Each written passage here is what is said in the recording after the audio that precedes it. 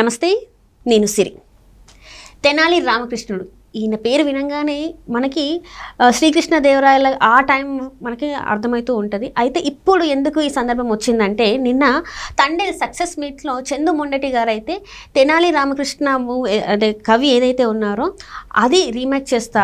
మన గొప్ప నటుల్లో మనం చెప్పుకునేది ఏఎన్ఆర్ గారు. అప్పుడు ఆ టైంలో ఏఎన్ఆర్ గారు ఈ క్యారెక్టర్ చేస్తే, ఇప్పుడు మళ్ళీ నాగ చైతన్యతోని తెనాలి రామకృష్ణుడు క్యారెక్టర్ నేను చేపిస్తాను, నేనే డైరెక్టర్ చేస్తానని చెప్పేసి చందు మొండటి గారు అయితే చెప్పడం జరిగింది. మరి నిజంగానే ఇది పట్టాలెక్కుద్దా, అసలు ఇప్పుడు ఇది తీస్తే జనాలు చూస్తారా లేదా అనే అంశం కూడా చర్చనీయాంశమైంది. సో దీనికి సంబంధించి మరిన్ని వివరాలు మనకు తెలియజేయడానికి మనతో పాటు ఉన్నారు ప్రముఖ సీనియర్ జర్నలిస్ట్ యజ్ఞమూర్తి గారు. నమస్కారం సార్. నమస్తే సార్. సార్, అంటే చిన్నప్పుడు మనం బుక్స్లో బాగా చదువుకునే వాళ్ళం సార్. ఆదిత్య 369 వచ్చినప్పుడు కూడా తెనాలి రామకృష్ణని మనం చూసాం. అండ్ ఇప్పుడు ఏంటంటే, గతంలో చూసుకున్నట్టయితే ఏఎన్ఆర్ గారు తెనాలి రామకృష్ణ క్యారెక్టర్ చేశారు. ఇప్పుడు మళ్ళీ ఇదే కాన్సెప్ట్తో, అంటే ఇట్లానే ఈ టైంలో చందు మొండటి గారు నేను నాగ చైతన్యతో తెనాలి రామకృష్ణుడు సినిమా తీస్తాను, నేనే డైరెక్ట్ చేస్తానని చెప్పేసి నిన్న తండేల్ సక్సెస్ మీట్లో చెప్పడం జరిగింది. మరి నిజంగా ఈ సినిమా చూస్తారంటారా ఇప్పుడు ఈ టైంలో ఈ సినిమా వస్తే? అది నిజంగా ఒక ఆశ్చర్యకరమైనటువంటి ప్రకటన అని చెప్పాలి. చందు మొండేటి నుంచి ఆయన రివీల్ చేసినటువంటి ఒక అందరూ కూడా సర్ప్రైజ్ అయ్యారు. సో నేను అంటే అందరూ కూడా అక్కినేని అభిమానులు అందరూ కూడా సంతోషపడే వార్త అన్నట్టు ఆయన చెప్పారు.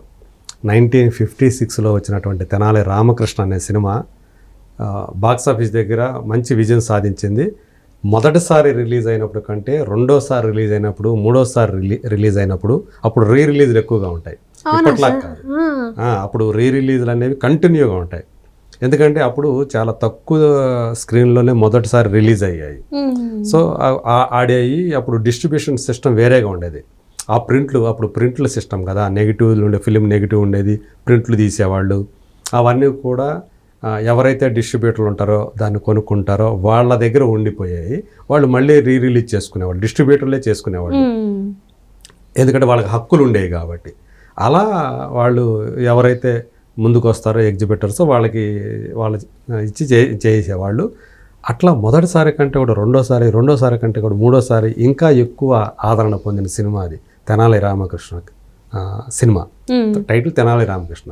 ఆ టైటిల్ రోల్లో అక్కినేని నాగేశ్వరరావు గారు జీవించారు అని చెప్పేసి అందరూ కూడా ఆయన గొప్పగా ప్రశంసించారు. అయితే అందులో అత్యంత కీలకమైనటువంటి ఇంకొక పాత్ర ఉంది. టైటిల్ అక్కినేని నాగేశ్వరరావు గారిదైనా అందులో ఇంకొక కీలకమైన పాత్ర ఏంటి అంటే శ్రీకృష్ణదేవరాయలు. సో ఆ శ్రీకృష్ణదేవరాయల పాత్రని మొట్టమొదట ఆన్ స్క్రీన్ పోషించింది ఆ సినిమాలో. అంటే నందమూరి తారక రామారావు గారు ఆయన మొట్టమొదటిసారిగా శ్రీకృష్ణదేవరాయల వేషం వేసినటువంటి సినిమా ఏదంటే తెనాలి రామకృష్ణ. ఆ తర్వాత మళ్ళీ ఆయన మహామంత్రి తెమ్మరుసు అనే సినిమాలో శ్రీకృష్ణదేవరాయలుగా మళ్ళీ నటించారు. ఈ సినిమాలో ఆయన అంటే బిఎస్ రంగా అని చెప్పేసి ఆయన ఈ సినిమాకి నిర్మాత, దర్శకుడు, సినిమాటోగ్రాఫర్ కూడా ఆయన బిఎస్ రంగా. అప్పుడు ఆయన ఒప్పించి అది ఏఎన్ఆర్ రామారావు గారిని, అంటే అక్కినేని నాగేశ్వరరావు టైటిల్ రోల్ చేస్తే నేను శ్రీకృష్ణదేవరాయలు చెయ్యాలా అని కొంచెం ఆయన మొదట సందేహించారు. కానీ ఆ శ్రీకృష్ణదేవరాయల ఆ పాత్రలో ఆ టీవీ, ఆ హుందాతనం, ఆ దర్పం అవన్నీ కూడా మీరైతేనే చూపించగలరు కరెక్ట్గా అని ఆయన్ని బిఎస్ రంగా ఒప్పించారు. అలా శ్రీకృష్ణదేవరాయలుగా ఎన్టీఆర్ నటించారు. అలాగే భానుమతి గారు, అందులో కృష్ణసాని అనే ఒక పాత్ర ఉంటుంది, ఒక నర్తకి పాత్ర. అంటే బహమనీ సుల్తాన్ అనేవాళ్ళు అప్పట్లో శ్రీకృష్ణదేవరాయల మీద ఆయన ఎట్లయినా సరే ఓడించాలని రకరకాల మాయోపాయాలు చేసేవాళ్ళు. అందులో కృష్ణసాని అనే ఒక నర్తకి, ఒక రకంగా చెప్పాలంటే సాని అంటేనే తెలిసిపోద్ది కదా మనకి సాని అంటే ఎవరో కూడా. ఆ పాత్రలో మహానటి భానుమతి, ఎన్టీఆర్, ఏఎన్ఆర్ ఈ ముగ్గురు కలిసి నటించినటువంటి ఏకైక సినిమా తెనాలి రామకృష్ణ. అలాంటి ఒక అరుదైన సినిమా అన్నమాట అది. సో అలాంటి ఆ పాత్రలో చాలా వేరియేషన్స్ ఉంటాయి.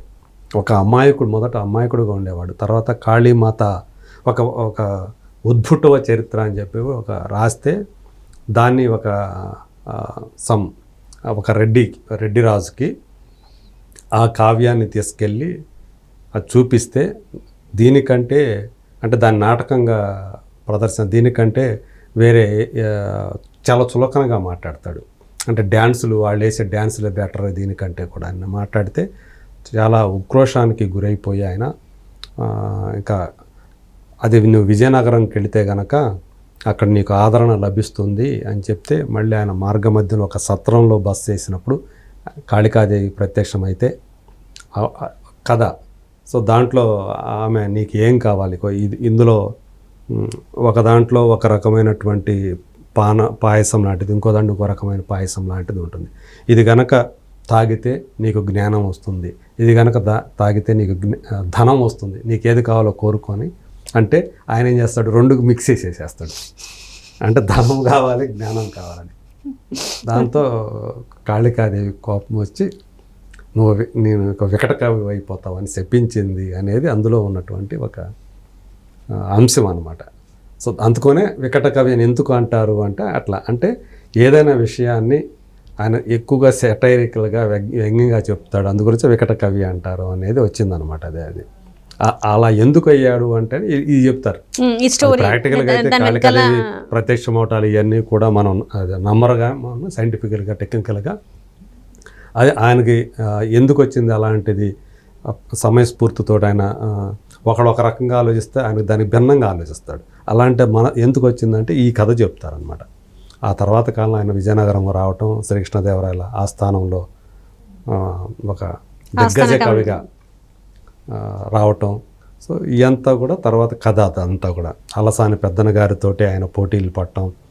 తర్వాత ఎవరో ఒక అతను వచ్చి నాతో ఎవరైనా సరే పోటీ పడతారా అంటే అతనికి ఒక క్లిష్టమైనటువంటి టంగ్ ట్విస్టర్ లాంటి ఒక పద్యం చెప్తారు ఆయన, అట్లాంటిది. అంటే ఇంకా అది కాదు, యాక్చువల్గా వేరేది ఉంటుంది. చెప్తే అతను అది చెప్పలేక ఇబ్బంది పడిపోతాడు అనమాట అతను. సో అలా అటువంటి తెనాలి రామకృష్ణుడి స్టోరీని ఇప్పటి కాలానికి అనుగుణంగా నేటి జనరేషన్ తగ్గట్లుగా కథ రాయిస్తానంటున్నాడు. అట్లా మొత్తం అది కాకుండా ఇప్పుడు హిస్టారికల్ అన్నప్పుడు ఇప్పుడు తగ్గట్టుగా రాయటానికి ఏమి ఉండదు, ఫ్యాక్టే. ఈ ఫ్యాక్ట్స్ని మీరు వేరే రకంగా రాయటానికి కుదరదు. దానికి ఇప్పటి కాలానికి అన్వయించి నువ్వేం రాస్తావంటే సంభాషణ రూపంలో రాస్తావు. అది అప్పుడు నువ్వు హిస్టారికల్ దాంట్లో ఫ్యాంటసీ ఉంది. ఈ కాళికాదేవిది ఈ ప్రత్యక్షం అవటం, ఆయనకి ఇలా చెప్పటము, ఆయన రెండింటిని మిక్స్ చేసుకొని తాగటము, ఇదంతా కూడా ఫ్యాంటసీయే, కల్పితమే. ఇది ఎవరు చెప్తారు అది నిజం జరిగిందని? ఇవాళ మనకి ఆధారాలు లేవు. ఎవరు కూడా దేవతలో దేవుళ్ళు ప్రత్యక్షమయ్యి వరాలు ఇచ్చినట్టు ఈ కాలంలో ఈ కలియుగంలో మనం ఎవరు ఇప్పుడు చూడలేదు, ఈ మన జనరేషన్స్లో ఎప్పుడు చూడలేదు. అది ఒక ఫ్యాంటసీ అన్నట్టు, కొంత ఫ్యాంటసీ మిక్స్ చేసి ఒక హిస్టారికల్ క్యారెక్టర్కి అలాంటి ఒకటి ఆపాదించి. ఇప్పుడు అన్నమయ్య చేసినప్పుడు కూడా ఎంత ఫ్యాంటసీ పెట్టాడు రాఘవేంద్రరావు గారు. ఇంద్రుడి వజ్రాయుధం నుంచి పుట్టాడు అన్నమయ్య అన్నట్లుగా. అలా అది కంప్లీట్ ఫ్యాంటసీ అది. సో మరి ఈ కాలానికి తగ్గట్టు ఆయన ఏం రాస్తారు, కథ ఎలా తయారు చేస్తాడు ఏంటి అనేది చూడాలి. ఎందుకంటే తండేలుకి సంబంధించి ఆయన అసలు ఒరిజినల్ స్టోరీని మార్చేసి రాశారనేది ఒక ఫిర్యాదు ఆయన మీద ఉంది. మరి ఇప్పుడు ఈయన ఎలా రాస్తారు ఏంటి దాన్ని మళ్ళీ అక్కినేని నాగేశ్వరరావు నటనకి నాగ చైతన్య మ్యాచ్ అవుతాడా లేదా? ఎందుకంటే ఇప్పుడు ఈ సక్సెస్ మీట్లో, తండేలు సక్సెస్ మీట్లో నాగార్జున గారు ఒక మాటలు మాట్లాడారు. తండేలు సినిమా చూస్తుంటే నాకు మా నాన్నగారు గుర్తొచ్చారు అని చెప్పి. సో అంటే తన తండ్రి స్థాయి నటుడిగా నాగ చైతన్య పోల్చారు. అది అక్కినేని అభిమానులే జీర్ణించుకోలేరు. నాగ చైతన్య అక్కినేని నాగేశ్వరరావు ఆయన మహానటుడు. అన్నారు గారు అది ఆయన స్టైలే వేరు. కాబట్టి మనం అక్కినేని నాగేశ్వరరావు గారి నటనతోటి ఈయన పోల్చలేం. ఎన్టీ రామారావు నటనతోటి బాలకృష్ణ గారిని పోల్చలేం. ఎవరికి వాళ్ళే ఆ ఇద్దరు కూడా. ఆ తర్వాత తరాల నుంచి వచ్చిన వాళ్ళు చూస్తే మనం ఏమైనా పోల్చి ఆయనకంటే బెటర్గా చేశాడు, కృష్ణరాజు కంటే కూడా ప్రభాస్ గొప్పగా చేశాడు అని మనం ఏదైనా చెప్పుకునే అవకాశం ఎప్పుడైనా వస్తుందేమో. ఇప్పటిదాకా ప్రభాస్ కూడా లేదు. భక్త కన్నప్ప గనక ప్రభాస్ చేస్తే అప్పుడు మనం పోల్చి చెప్పచ్చు ఆయన ఎలా చేసాడు భక్త కన్నప్పగా ఈయన ఎలా చేశాడని. అప్పుడు మనం మ్యాచ్ చేసి చూడవచ్చు. ఇప్పుడు ఖచ్చితంగా మ్యాచ్ చేసి చూస్తారు. తెనాలి రామకృష్ణ అనే ఒక పాత్రని ఆల్రెడీ అక్కినేని నాగేశ్వరరావు గారు చేశారు కాబట్టి నాగ చైతన్య దానికి మ్యాచ్ అవుతాడా లేదా? ఎందుకంటే ఆ పాత్రలో కంపారిజన్స్ అనేది ఖచ్చితంగా ఉంటాయి. నాగ చైతన్యలో అక్కినేని నాగేశ్వరరావు గారిలో మనకి కనిపించేటువంటి చతురత, సరసత, స్పాంటేనిటీ అవన్నీ కూడా ఇప్పటిదాకా నాగ చైతన్యంలో ఏ క్వశ్చన్ మనకు కనిపించలేదు. ఇది మనం గుర్తుంచుకోవాల్సినటువంటి విషయం. చాలా ఇంట్రావర్ట్గా మనకి కనిపిస్తాడు, చాలా రిజర్వ్డ్ పర్సన్గా నాగ చైతన్య మనకు కనిపిస్తాడు. ఎప్పుడు కూడా అంటే లోపల నుంచి మాట్లాడినట్టు అనిపించదు. ఏదో మైక్ పెడితే మాట్లాడాలి కాబట్టి మాట్లాడినట్టు అనిపిస్తుంది. స్మైల్ అంటే ఎక్కువ స్మైలీ ఫేస్ కూడా నటుడే, పర్ఫార్మరే, అందులో నో డౌట్. కానీ నాగేశ్వరరావులో సహజ సిద్ధమైనటువంటి సరసత ఉంటుంది. ఆయనతో మాట్లాడుతూ ఉంటే ఆయనలో ఉన్నటువంటి ఆ జ్ఞాన సంపద వేరే లెవెల్ అసలు అయింది. అక్కినేని నాగేశ్వరరావు గారిలో సెట్స్ మీద ఉన్నప్పుడు కూడా ఆయన మాట్లాడే తీరు కానీ, తన అక్కడ ఉండేటువంటి కోస్టార్స్తో ఆయన బిహేవ్ చేసే విధానం కానివ్వండి, అది వేరే టైప్లో ఉంటుంది. ఇది కంప్లీట్గా నాగ చైతన్య అసలు ఏ రకంగానూ ఆ విషయంలో మ్యాచ్ కాడు మీన్స్ ఆయన వేరు ఈయన వేరు అంటున్నాను. కంప్లీట్ డిఫరెంట్ మేనర్ అవుతుంది.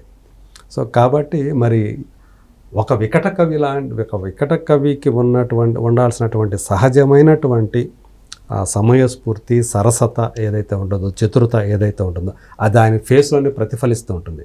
ఈయన ఫేస్లో అది ప్రతిఫలిస్తుందా, ఈయన దాన్ని చేయగలడా, పర్ఫామ్ చేయగలడా అనేది ఇప్పుడు ఒక సందేహం అయితే ఉంది. కానీ మరి నటన ద్వారా అంటే ఎక్కువగా నువ్వు కామెడీ, హాస్యం పండించగల నటులైతే అది బాగా చేయగలుగుతారు. మరి ఇప్పటిదాకా ఆయన హాస్యం ఇంతవరకు పండించినట్టుగా ఎక్కడ కనిపించదు మనకి. మరి తెనాలి రామకృష్ణలో ఉన్నటువంటి హాస్య చతురత ప్రధానమైంది. ఆయన ఎలా పలికిస్తాడు ఏంటి, ఒకవేళ అందులో సక్సెస్ అయితే నాగ చైతన్యకి ఆ తర్వాత తిరిగే ఉండదు ఒక నటుడిగా. ఒక మాస్ స్టార్ కావాలంటే ఎవరికైనా సరే కామెడీ టైమింగ్ ప్రధానం. చిరంజీవి గారిలో ఉండబట్టి ఆయన అంత పెద్ద మెగాస్టార్, ఏఎన్ఆర్లో ఉండ కాబట్టి ఆయన స్టార్ అయ్యాడు, ఎన్టీఆర్లో పుష్కలంగా ఉంది కాబట్టి ఆయన ఆ స్థాయి యాక్టర్గా కాగలిగాడు. అలాగే వెంకటేష్ ఎంత కామెడీ పండించగలడు, బాలకృష్ణ పండించగలడు, అలాగే మహేష్ బాబు పండించగలడు, అలాగే జూనియర్ ఎన్టీఆర్ ప్రదర్శించగలడు, అల్లు అర్జున్ చేయగలడు. వీళ్ళు కామెడీని చాలా బాగా పండించగలడు. ఒక్కోసారి ఆ డైలాగ్స్తోనే వాళ్ళు కామెడీని సృష్టించేయగలరు. అలాంటి ఉంది వాళ్ళల్లో. సో మరి నాగ చైతన్య ఇప్పుడు దాకా అందులో మనం చూడలేదు. మరి రాబోయే తెనాలి రామకృష్ణ అనే సినిమాలో నిజంగా నాగ చైతన్య ఎలా ఉంటాడు అనేటువంటి క్యూరియాసిటీ నాతో పాటు అనేక మందిలో ఉంది, మీకు కూడా ఉంటుంది. మరి చూడాలి అది నిజంగా ఎలా, అది సరైన నిర్ణయమా కాదా అనేది మనం ఆ సినిమా వస్తే కానీ మనం చెప్పాలి. Right sir, right. Thank you so much. Thank you.